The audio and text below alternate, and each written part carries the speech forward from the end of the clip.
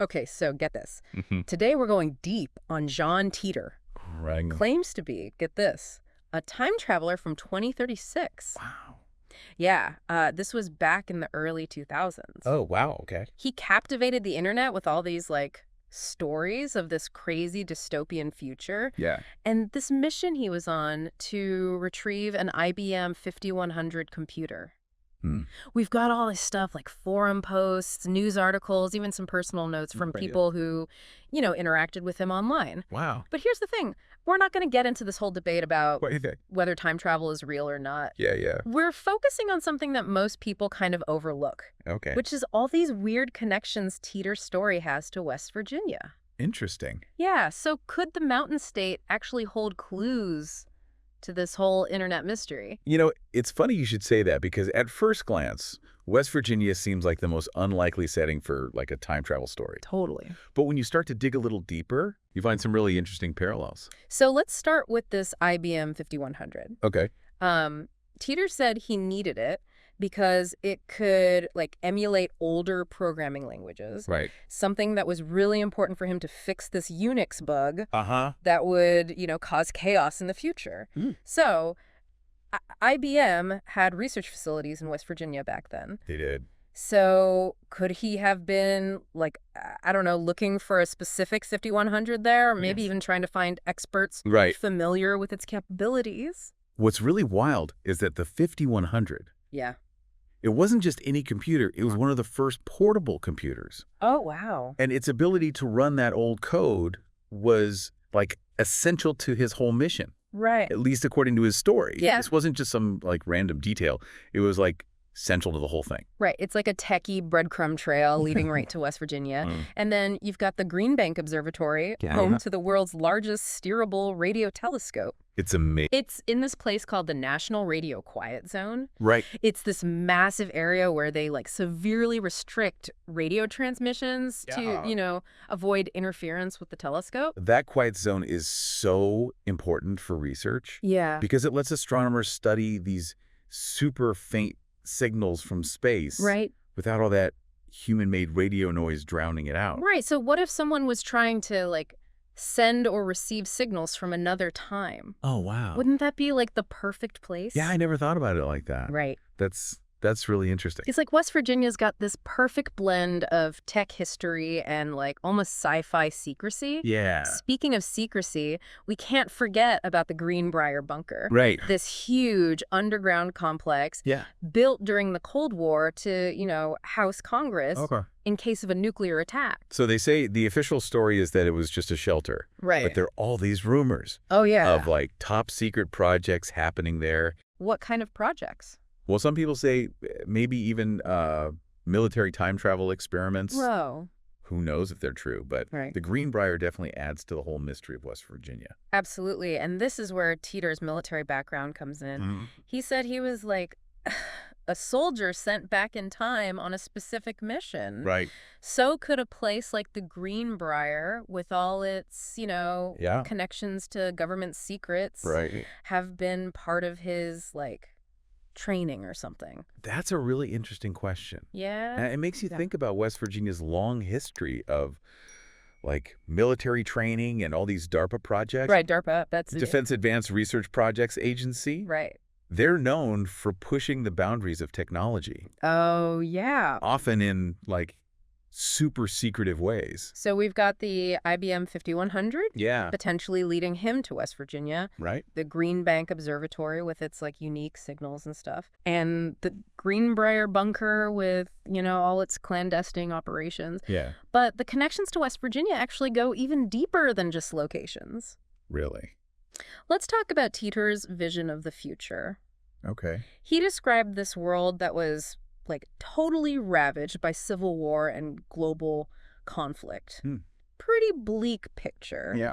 But he also said that rural communities, especially those with, Yeah. strong self-reliance, actually fared better. Interesting. And this is where it gets interesting. West Virginia, Yeah. with its rugged terrain, its history of self-sufficiency, it kind of fits that description pretty well. It's almost like he was describing a place where people already had the skills and the mindset to survive in that kind of world.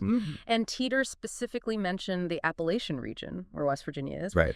He said it remained relatively intact Wow. in his future timeline. That's a really striking detail. Yeah. Because it suggests he wasn't just randomly picking a place. Yeah. There was something specific about Appalachia that made it important to his story. Yeah. Yeah, it's like those very things that make West Virginia unique, you know, the ruggedness and the self-reliance, its connection to the land. Like, those things become essential for survival in his future. It really is fascinating how his story kind of like taps into these existing themes within Appalachian culture, you know, like the whole resilience in the face of hardship, the importance of community, that sense of like living a little closer to the edge. It's true. You're right. It's not just about the physical locations or whatever. It's like Titor's story almost like aligns with the spirit of the place. Exactly. Yeah. Like a self-fulfilling prophecy almost. Exactly.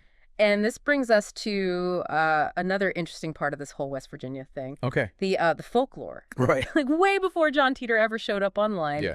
Appalachia was already full of these stories about mysterious figures moving through time. Oh, totally. Those stories about vanished settlers. Right. People appearing out of nowhere. Yeah. Whispers of like hidden valleys where time flows differently. They're like totally ingrained in Appalachian culture, you know, that really speak to this sense of mystery. Yeah. This feeling that like the boundaries of time and reality are maybe a little bit more fluid in these mountains. There's this one story that really sticks out. Okay. Back in the 1980s. Okay.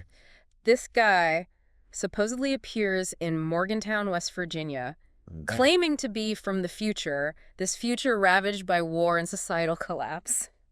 And his description is like eerily similar to what Titor would later describe online. That's right. And it's not just like the broad strokes, some of the details that the Morgantown guy gave, like actually line up with specific things from Titor's story. It's crazy. It's wild. It makes you wonder, could this have been like an early John Titor? Right. Decades before he, became this internet thing. Yeah. Or is it just a crazy coincidence? It's impossible to say for sure. Right. But it definitely makes you think, Yeah. Maybe there's something about West Virginia, some like unique quality to the place that like attracts or allows for these temporal anomalies. Okay. I know we're like deep in the rabbit hole here. Yeah. But that's what makes this so interesting. Right. It's like we're looking at layers of a story. Totally. Each one adding to the mystery. And that's what I love about like exploring these topics. Yeah. We're not looking for like easy answers. Right. We're embracing the complexity, the questions that don't have answers. Yeah.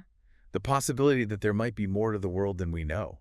Right. But let's not forget about the skepticism, too. Oh, of course, yeah. I mean, there's no, like, concrete evidence that John Titor was actually a time traveler. Yeah. No photos or artifacts or anything. No one's been able to verify his claims. And that's totally fair. Right. The lack of proof is a valid point. Yeah. For anyone who's, like, looking at this with a critical eye, there are inconsistencies in his accounts, predictions that haven't happened, details that, raise more questions than answers.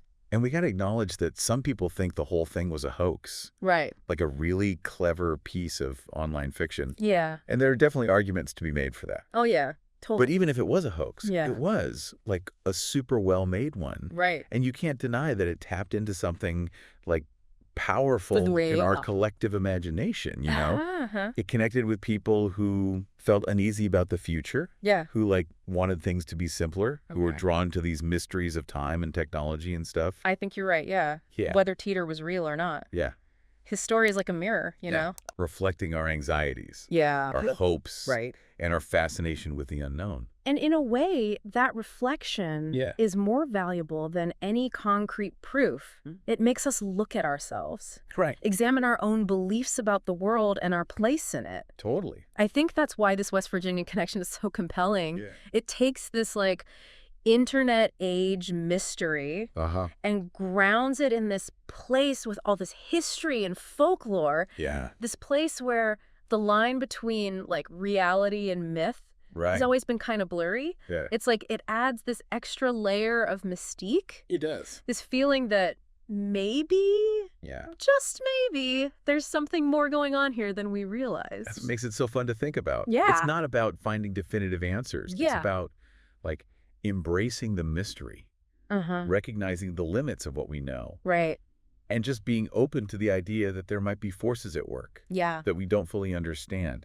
It's like West Virginia's this focal point, this like intersection of time and technology and folklore. Yeah. And that brings us to one of the like most interesting parts of Titor's story, you know, his description of the future and how it relates to, you know, what we're worried about today. He didn't really paint a pretty picture, did he? No, not really. Societal collapse, global conflict. Right. This world where technology, instead of solving problems, actually makes them worse. Yeah. It's definitely a cautionary tale, one that really resonates with our anxieties about, you know, artificial intelligence, climate change, the erosion of privacy, all that. It's like he was warning us about the very things that we rely on so much. Technology, interconnectedness, the fast pace of modern life. Totally. Like it could all lead to our undoing. Yeah, and what's interesting is he wasn't like anti-technology or anything. He just saw that it had the potential for good and bad. Exactly. He was arguing for a more balanced approach. Yeah. A way of integrating technology without becoming completely dependent on it. Right. And that message, it feels even more relevant now than it did back then. Think about like all the conversations we're having now about digital detoxing, the importance of like real human connection, the need to preserve skills and knowledge that we might lose in a, you know, purely digital world. Like Titor planted these seeds, you know, these questions about what really matters in a world that's changing so fast. And this is where that West Virginia connection, it kind of comes full circle. Okay. Titor's future, the one where rural communities and self-reliance become so important. It aligns with these values that are already there in Appalachian culture. Right. It's like he was pointing to this place where those skills and that mindset are already built in. Yeah. A possible model for a future where, you know, we might need to rediscover those things. It's almost like in Titor's story, West Virginia becomes this symbol of resilience, a place where the past and the future kind of come together and give us a glimpse of a different path, a different way of like dealing with the challenges ahead. And whether you believe Titor was a time traveler or a hoaxer or something else entirely, that message is definitely something to think about. It is. It challenges us to think about our relationship with technology, to question our assumptions about progress, to really consider what matters most in a world that's constantly changing. So we're wrapping up this deep dive, and I don't know about you, but I'm feeling like a sense of wonder and a little bit of unease and a lot of new questions. Totally. John Titor, whoever he was, gave us this story that still makes us think, you know, a story that pushes us to look beyond the surface and deal with all these like complexities of time, technology, and just like the human condition. I think, you know, in the end, that's the real legacy of the John Titor mystery. It's not about getting those definitive answers. It's about the journey, the exploration, the willingness to like embrace the unknown and keep asking questions. Well said. And you never know. Maybe somewhere out there in the hills of West Virginia or the depths of the internet, there are more pieces of this puzzle just waiting to be discovered. It's possible. So until next time, keep exploring, keep questioning. Absolutely. And keep an open mind to all the mysteries out there. I like that.